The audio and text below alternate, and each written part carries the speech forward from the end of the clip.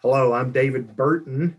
I live here in Greene County. I'm a resident of Republic and grew up in Ash Grove, and I work with University of Missouri Extension.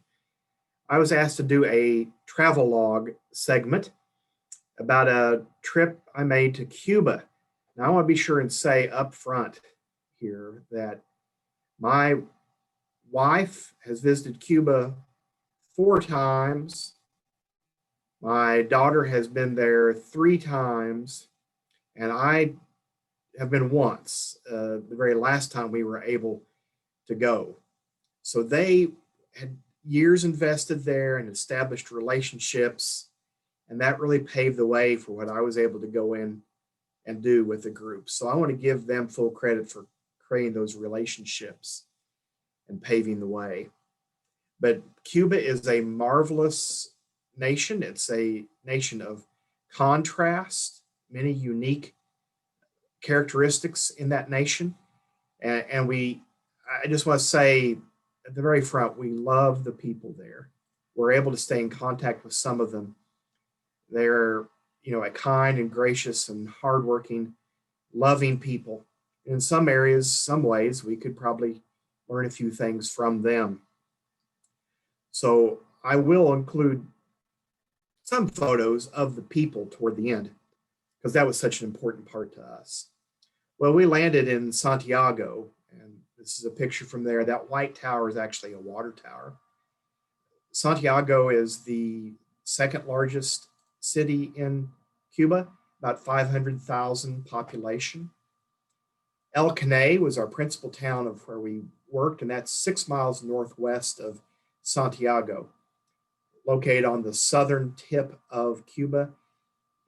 Santiago does have a port and is a port city into the Caribbean, whereas El Caney, I think, would probably be described as pretty third world in terms of conveniences and what's available there. They have been hit by some hurricanes, and that has, causes ongoing challenges for them too. But it's hot, it's sunny, and it's certainly Caribbean. Well, I get asked a lot of questions when people find out I've been to Cuba, because it's been 70 years since Americans could freely travel to Cuba. There was a window of opportunity there for some humanitarian travel opportunities. One of the first questions I get asked is about the Cuban Revolution. Are there still signs of the revolution? The answer is yes. Everywhere you look, there are signs of the revolution. Should you forget, there are plenty of billboards reminding you of the revolution and what has taken place and who was involved and other nations that they've partnered with for the revolution. Billboards far and wide, city and urban areas reminding you of the revolution. So yes, it is very much alive in Cuba. The second thing I get asked about are the classic cars. Are there 1950s classic cars just everywhere you look? Well, not everywhere. It is expensive to keep up a car like that, and there is more to transportation in Cuba than just classic cars. But you will find them, especially in Santiago or some of the bigger cities where people might have a little more money and resources to have fixed these up. Many times they're used as taxi cabs or other cars of service. This one's sure polished up on the outside, bright blue. This is a 57 Chevy that came by us, a beautiful vehicle on the outside.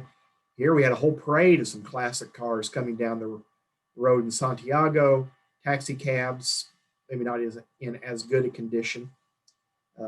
Classic cars lined up at the airport, ready to be taxi services. We got to actually squeeze into and ride in one evening, tight fit. They spend a lot of time on the exterior of the car, fixing up the paint, making sure it looks aesthetically good. These cars have a lot of Bondo on them and covering up rust spots and other problems. They have diesel engines. You have to buy the engines from the Cuban government. They all run on diesel. The insides vary widely. Many are held together with duct tape and other things on the insides. So, it's not like a fully restored as is 1950s classic car, but it's fun nonetheless, and they do look nice. This was our main mode of transportation. This Toyota car, it had a motor, and it ran, and it got us where we needed to be. Not for long distance driving, though. You see lots of reminders of the Soviet Union and its presence in Cuba. Quite a few 1970s, 19 era uh, Soviet made cars. That's what these are. And you see a lot of future hopes, people with cars up on blocks. This was a truck with no engine, with hopes of gaining an engine someday and hopes of making it run. So a lot of hopes up on blocks. But there's other ways to get around. You do see bicycles, not as much as in Asia, but you do see some. You see quite a few horses and wagons, people wanting to pay to be taken someplace, and for hauling of goods. You can see this horse over to the far left. You can see all of its ribs are showing. So you do see a lot of that. And some wagons are nicer than others. Some with covers, some designed more for people and taxing, some designed more for goods. But even in Santiago and certainly in El Caney, you have a lot of this. In the more rural areas, maybe not horses, but you do see ox and other beasts of burden and other styles of wagon transporting products and carrying things. This is one of the more unique vehicles I saw while I was there. This is a water truck. In El Caney, most of the city has no indoor plumbing or water lines for sanitary drinking water. Your water is delivered to you every 40 days. You take every pot and everything you have in your home, you fill it with water, and that's your drinking water supply for 40 days, and that's what this is. That's how your water is delivered to you. In transportation, there are some construction vehicles, of course, around. This is a dump truck. You do see those on sites, but let's be honest, people in Cuba do a lot of walking, especially in El Caney. This is one of the main streets there in the neighborhood of El Caney. And we did lots of walking from house to house, from meeting to meeting, location to location, lots of walking. There are some bus stops that you'll see along the main roads. Bus, maybe not the right word, but people carriers, transports. And that's what these people are waiting on here at one of the stops.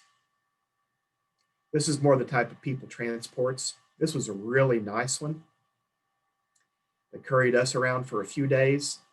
And you have to hire them and hope they show up in some cases. If they get a better gig somewhere, they may not show up. We learned that, but this was a really nice one. This was for a larger group. We had one day where we actually went to a park and did a larger outdoor session with some of the people we were working with. This probably carried about 40 of us.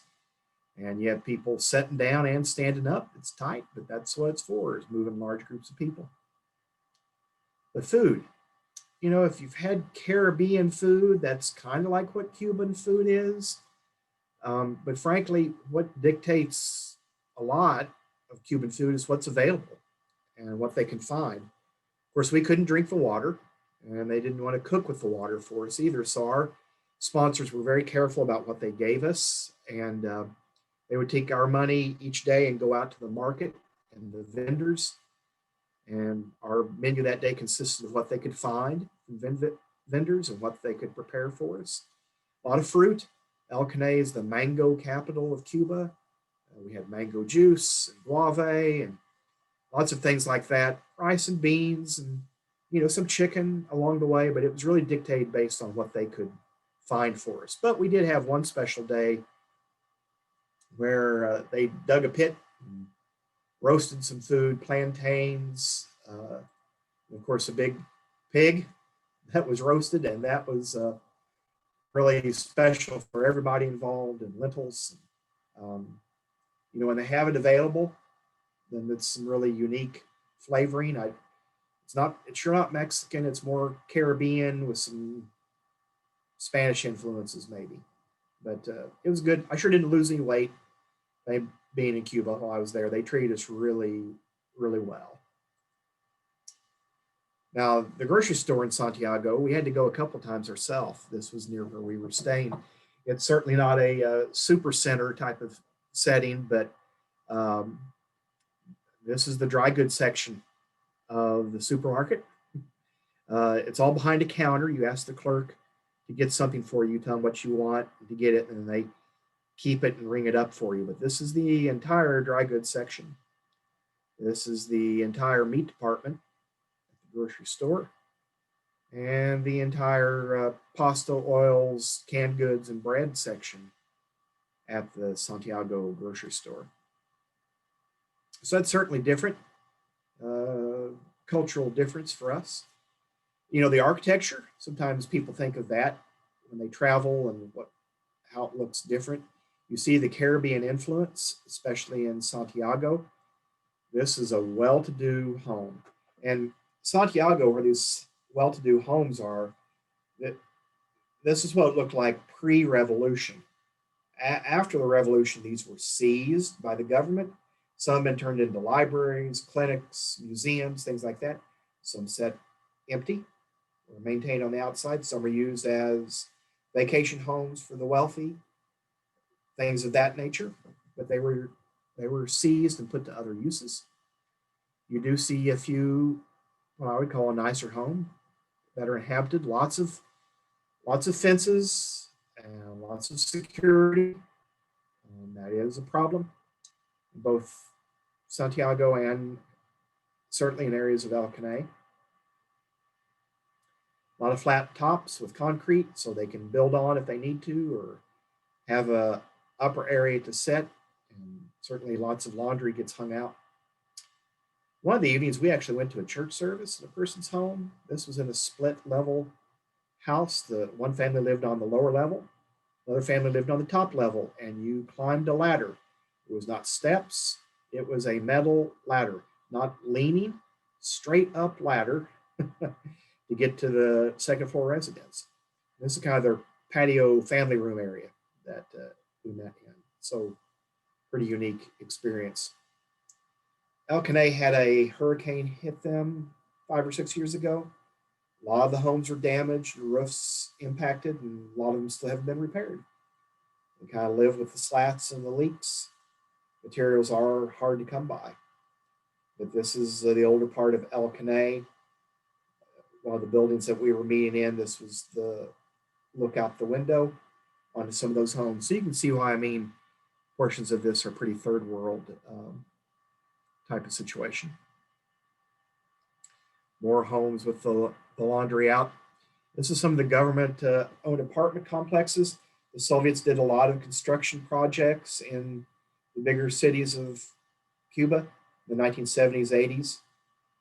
So you do see buildings that look like they have a Eastern European aspect to them, concrete and square and solid. This was a Soviet-built apartment complex. The place where we stayed was one of those seized homes that's been turned into rental properties, probably run by the military. It's not particularly lavish on the inside, but it'll do. I mean, we all had our own rooms. We were all able to sleep, had some air conditioning, running water. So, I mean, this was really, pretty nice accommodations there in Santiago. The interesting thing is right across the road from us, with a permanent security guard around it, is the Bacardi home. Bacardi rum, that is Santiago, Cuba. Well, the Bacardis fled Cuba during the revolution, and this is in the area where all the homes were seized by the government, and so was the Bacardi home. This is kind of like the summer vacation home for the Castros. Fidel was dead at this point, but his brother was there one of the evenings that we were in Santiago. This is where they stay. It's got a pool and so forth. This is the school. There, the students lined up in their uniforms outside saying the pledge before the school day started. You see these scattered about. This one was located near our hotel. It's a free medical clinic. It was closed every one of the 10 days that we were there, and Actually, our host said he didn't know if he'd ever seen it open. So they do have free medical care if you can find a place that's open. And the Grand Cathedral there in Santiago on the square, certainly the Spanish influence in the architecture, a beautiful building. We do not have worship services there, but it's a historical masterpiece that remains standing. The city district in Santiago provides some other color and a feel for the markets and how people dress and what that looks like. Santiago was founded in 1515. And so in 2015, they celebrated their 500th anniversary. The government certainly restored and repainted buildings or only fixed up the shopping area. So lots of bright colors, and certainly you see the Caribbean influence throughout. Nearly any time you see a park or an area cleaned up like that, it's historical in nature and generally something to do with the ocean. It certainly adds color and things to the market and the whole district. Again, you can see some European influence on some of these older buildings, but interesting marketplaces, a lot of interesting Caribbean architecture, and something you often see groups of men out playing chess. That is a favorite pastime in Cuba. You see some checkers and backgammon, but you see a lot of chess. This is just a storefront vendor, especially in Santiago. You have mom and pop shops where they're selling ice cream or Cuban sandwiches in this instance. A little bit of business going on. We did have a day to visit a historical site, San Juan Hill, the charge of the Light Brigade, Spanish-American War. This is it. Lots of monuments and things set aside there commemorating the area. Some beautiful vistas looking down over Santiago. The Spanish-American Army, or the American Army, actually attacked and had a battle in El Caney first. They were not able to take the town. It was defended by 500 residents, although outnumbered 10-1. So they kind of skirted around El Caney and came to Santiago and the battle at San Juan Hill.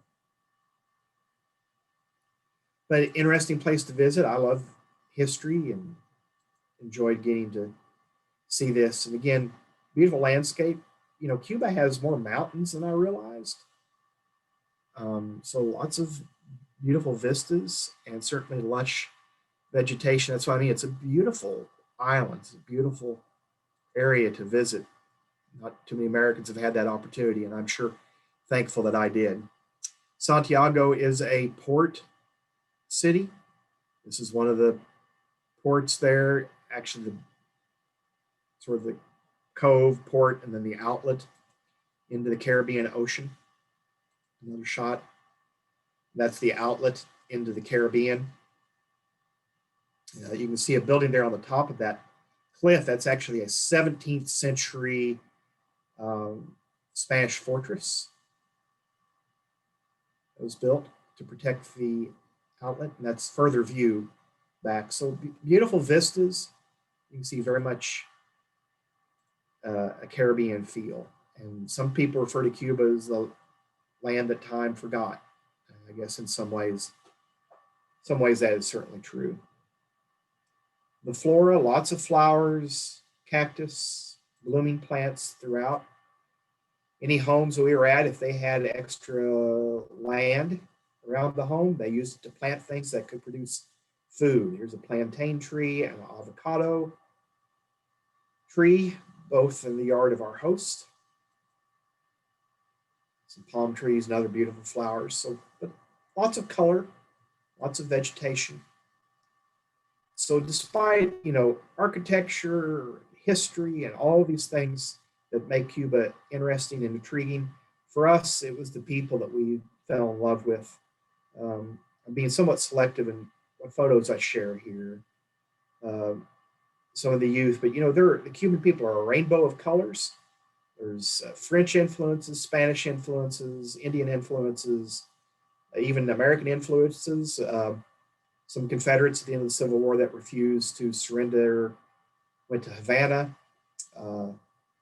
what they call Afro-Cuban influences. A lot of that you see that throughout, and they're a rainbow of people.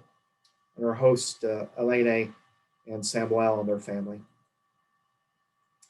Well, my wife and daughter will both tell you that one of their favorite things about Cuba is some of the children, and that Cubans make beautiful babies.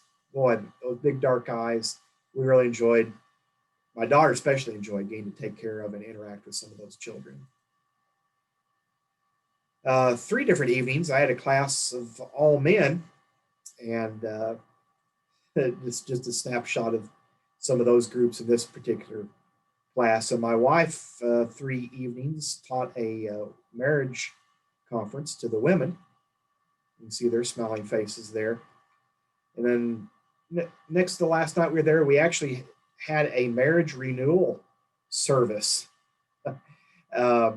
which for my wife and I, it was just a little bit before our 25th wedding anniversary. So that was a special time for us to do a marriage renewal, and certainly special to her for all the trips and the people connections she's made in Cuba. We hope to return there someday. You know, travel's going to have to reopen and some things will need to change, but we hope to have that opportunity someday in the future. But even amid all the beauty and the, just unique opportunities and the people that we got to fall in love with, you have these reminders that it is a communist nation. The revolution is still going on. You have the billboards around. You have some military reminders, soldiers and guns at the airport and elsewhere. And then you have opportunities to visit with people like this gentleman. He was imprisoned for a number of years, 2 different times, for sharing the gospel and sharing his faith in Cuba. And they're all smiles. They have great kids. They're a wonderful family. But those reminders of that type of thing, reminders that you're not in the United States anymore, can be found all around you. So we love the people of Cuba. We loved having the opportunity to go there and visit. And I appreciate getting to have the opportunity to share about the experience. Again, David Burton with University of Missouri Extension in Greene County. From my family to yours, thank you.